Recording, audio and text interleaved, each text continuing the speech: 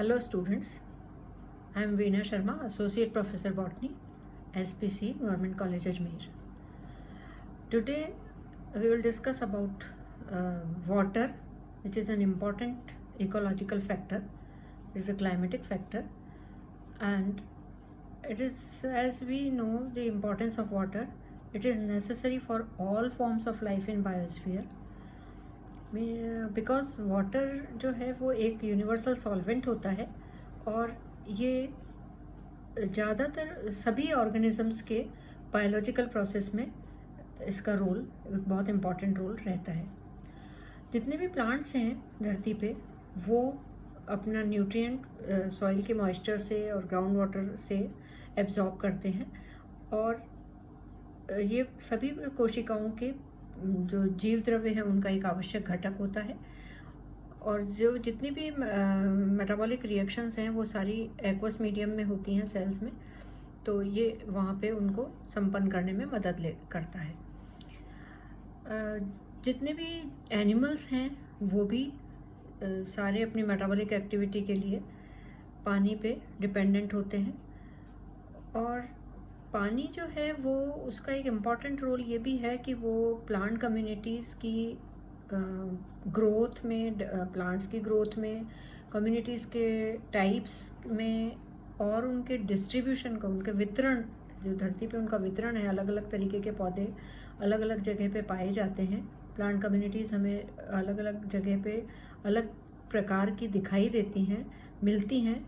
वो भी सब पानी की वजह से, पानी उनका भी नियमन करता है या एक तरीके से वो रेगुलेट करता है. जो पृथ्वी है, हमारा ग्रह, एक अर्थ जो है, वो उसका 3/4 पार्ट पानी से मिलके बना पानी है. उस पर 3/4 पार्ट पानी है और 25% या 1/4 पार्ट जो है वो लैंड है या ज़मीन है. एरिया के हिसाब से अगर हम देखें तो 3/4 पार्ट में पानी है. इस तरीके से हम पृथ्वी को एक वाटर प्लैनेट भी कह सकते हैं क्योंकि यहाँ पानी की अधिकता है. जितना भी पानी धरती पे पाया जाता है उसका 97% पार्ट जो है वो महासागरों में मिलता है और केवल 3% भाग पानी फ्रेश वाटर के रूप में धरती पे अवेलेबल है, जो बरसात के रूप में है, लेक्स में है, रिवर्स में है, फ्रेश वाटर के रूप में हमें मिलता है. ग्राउंड वाटर का पार्ट बनता है जिस पे सारी बायोटिक लाइफ धरती की टिकी हुई है. इस 3% जो फ्रेश वाटर है इसका भी 75% पार्ट धरती पे अलग अलग जगह में आइस शीट्स के रूप में, ग्लेशियर्स में, स्नो के रूप में पाया जाता है.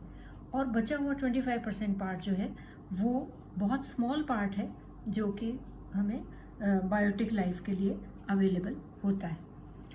ये जो फ्रेश वाटर है, जो भी बायोटिक लाइफ के लिए पानी है, वो एक इम्पॉर्टेंट फॉर्म है पानी की जिस पे सारे जीवन टिका हुआ है. और ये इम्पॉर्टेंट फॉर्म जो है पानी की उसको हम प्रेसिपिटेशन कहते हैं या वर्षण के नाम से जानी जाती है.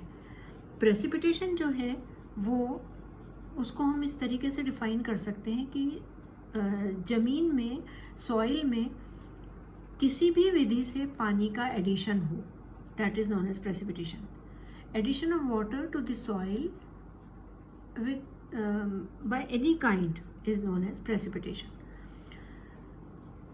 प्रेसिपिटेशन में दो प्रोसेस मुख्यतया इन्वॉल्व होते हैं. ये दो प्रोसेस हैं, एक तो इवेपोरेशन और दूसरा होता है कंडेंसेशन. इवेपोरेशन जैसा हमें पता है, वाष्पन हम इसे के नाम से जाना जाता है.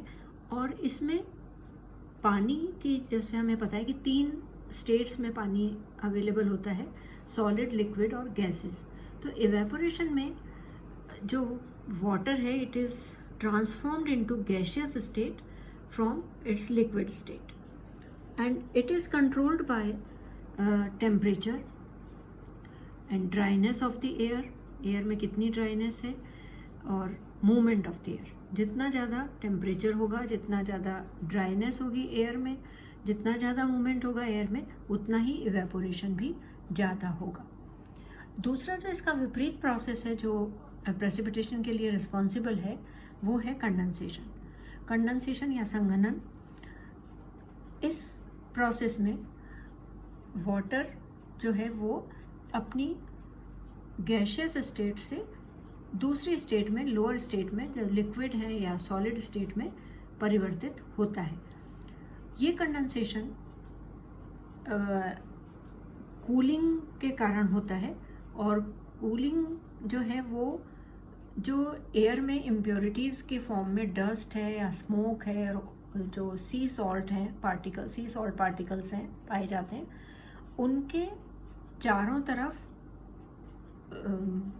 टेम्परेचर कम होने पर जो वेपर्स हैं वो जमा हो जाते हैं।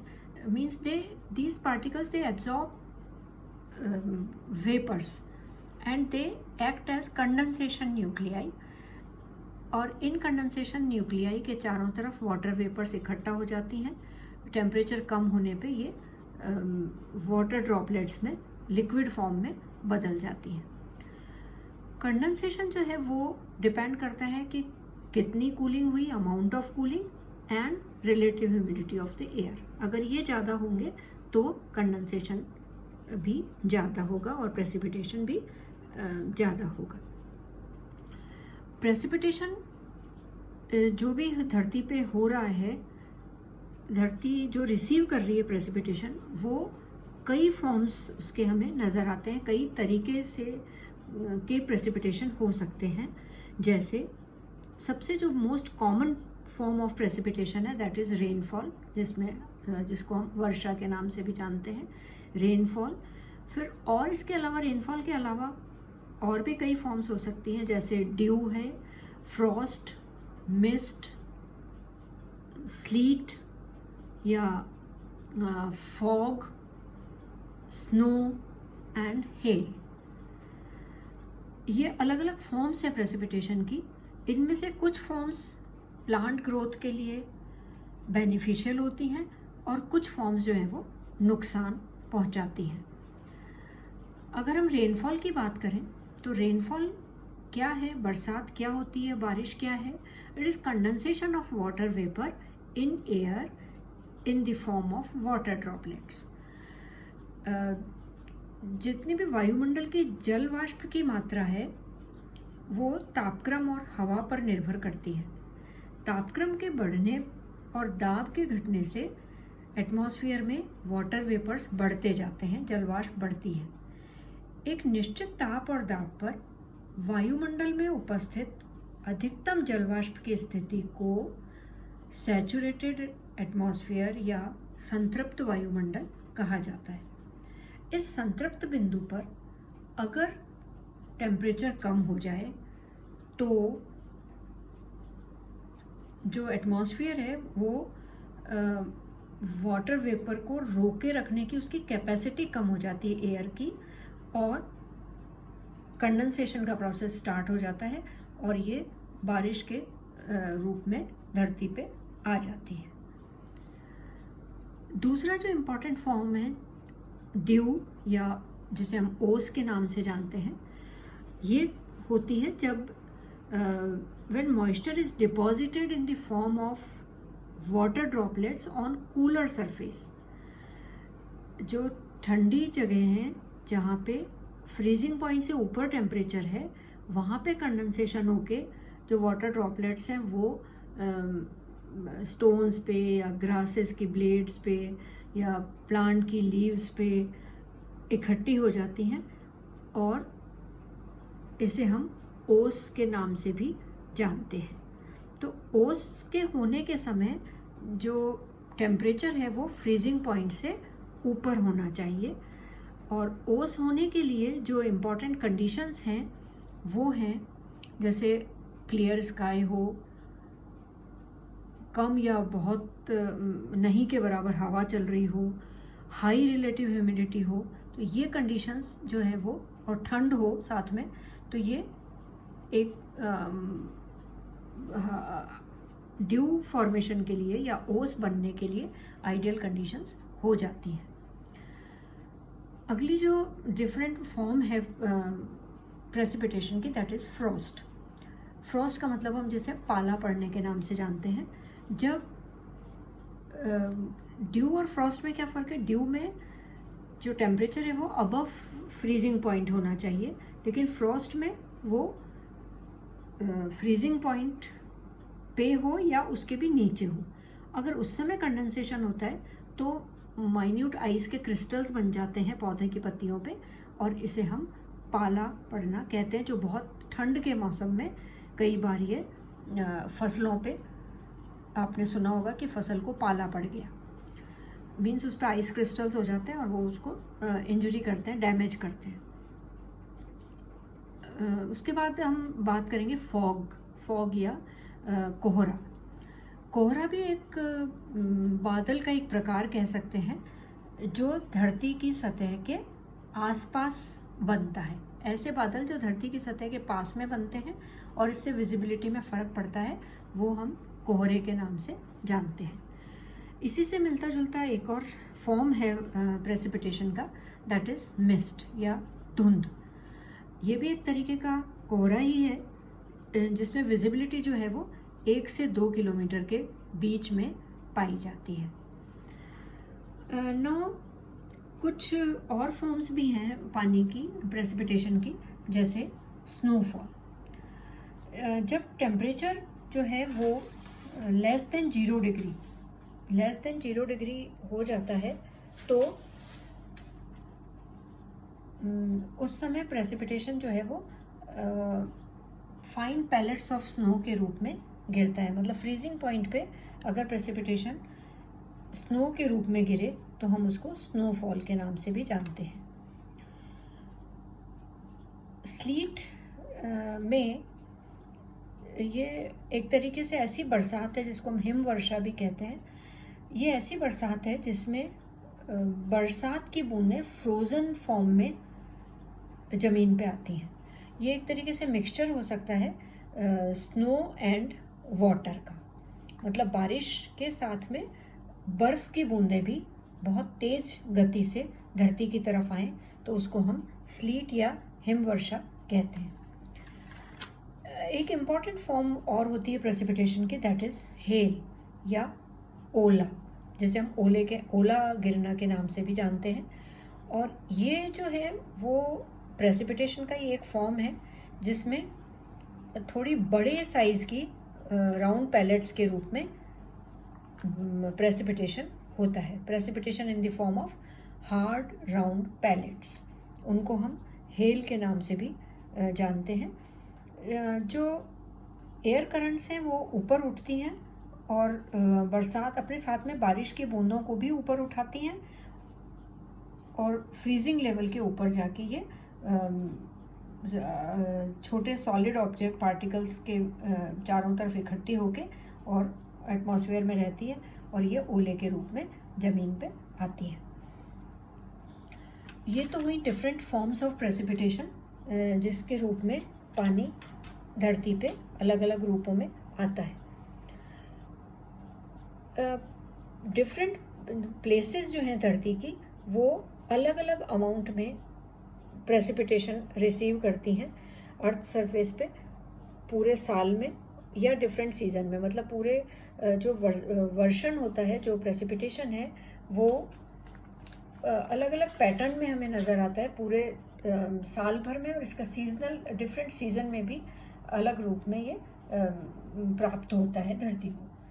तो ये जो भी पानी है, बारिश का पानी, इन सब जितने भी डिफरेंट फॉर्म्स प्रेसिपिटेशन के अभी अपन ने ऊपर देखे हैं, इनमें से जो मुख्य है, जो पौधों के ग्रोथ में काम में आता है पानी, वो है रेनफॉल।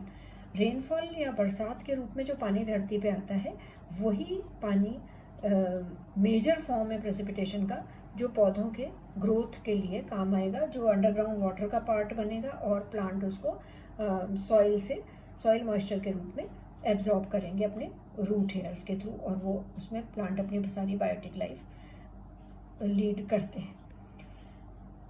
धरती पे जो वेजिटेशन के टाइप्स हैं या डिस्ट्रीब्यूशन है, वो 2-3 बातों पे डिपेंड करता है। एक तो है किसी भी जगह पे बारिश का जो पानी है वो कितना आया पूरे साल भर में, और या पूरे साल भर में नहीं कहें तो नंबर ऑफ रेनी डेज, किसी भी जगह पे नंबर ऑफ रेनी डेज कितने हैं और वो कितने अमाउंट की रेनफॉल उस जगह को मिली है, ये उस जगह की वेजिटेशन को डिसाइड करने में बहुत इंपॉर्टेंट रोल प्ले करते हैं। फॉर एग्जाम्पल, दो जगह अलग अलग हैं, ए और बी।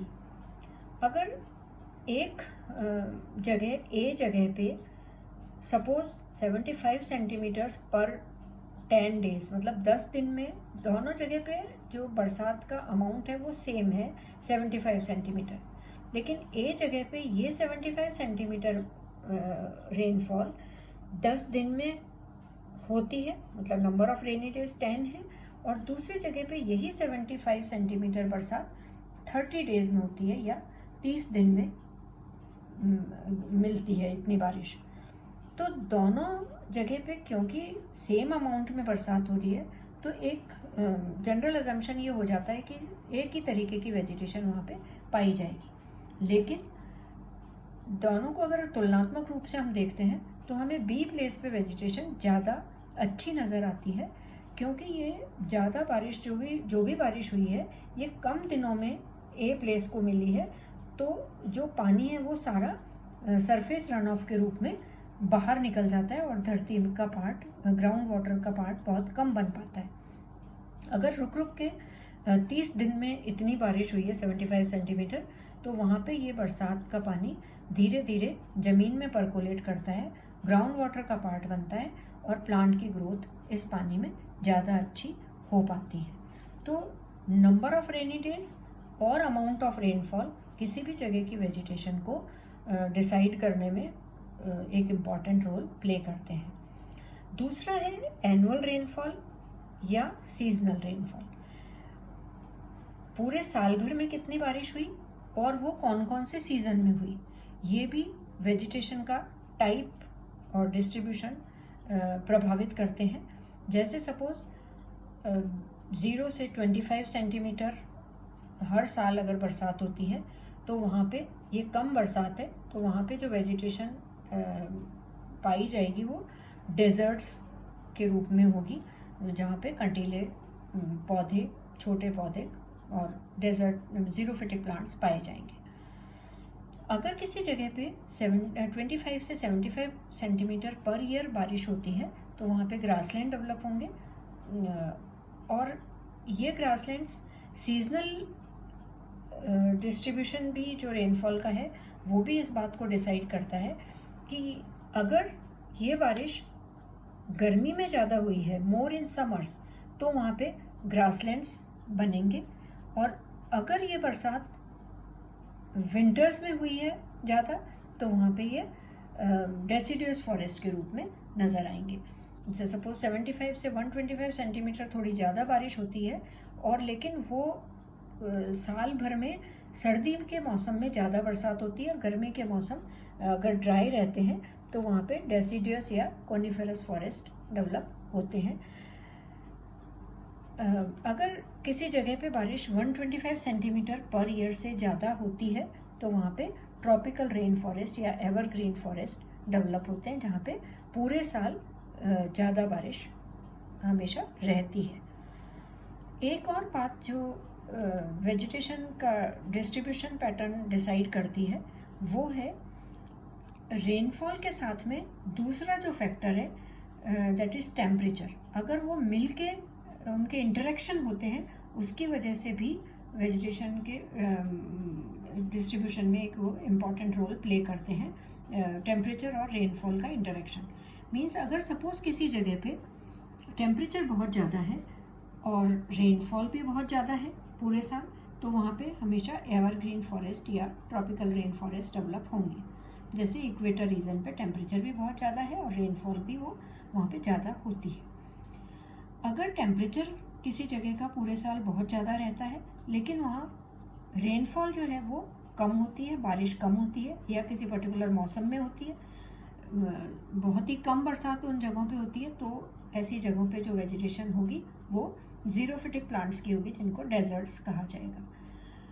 अगर सपोज किसी जगह पे टेम्परेचर बहुत कम है और रेनफॉल बहुत ज़्यादा है, मतलब उनका seasonal distribution is quite good, then उस जगह पे कॉनिफेरस फॉरेस्ट, बोरियल फॉरेस्ट या कुछ लाइकेंस ये डेवलप होंगे। तो इस तरीके से हम देखते हैं कि एनुअल रेनफॉल, सीजनल रेनफॉल और टेम्परेचर के इंटरेक्शन जो है वो वेजिटेशन के डिस्ट्रीब्यूशन पैटर्न पे, ग्रोथ पे, टाइप्स पे बहुत बड़ा प्रभाव दिखाते हैं। रेनफॉल को हम मिलीमीटर, सेंटीमीटर या इंचेस में नापते हैं, इसका मेजरमेंट करते हैं, और जो इंस्ट्रूमेंट है रेनफॉल को नापने के लिए that is known as rain gauge. Plants को हम on the basis of availability of water, Schimper ने इनको क्लासिफाई किया था, 3-4 ग्रुप्स में डिवाइड कर सकते हैं।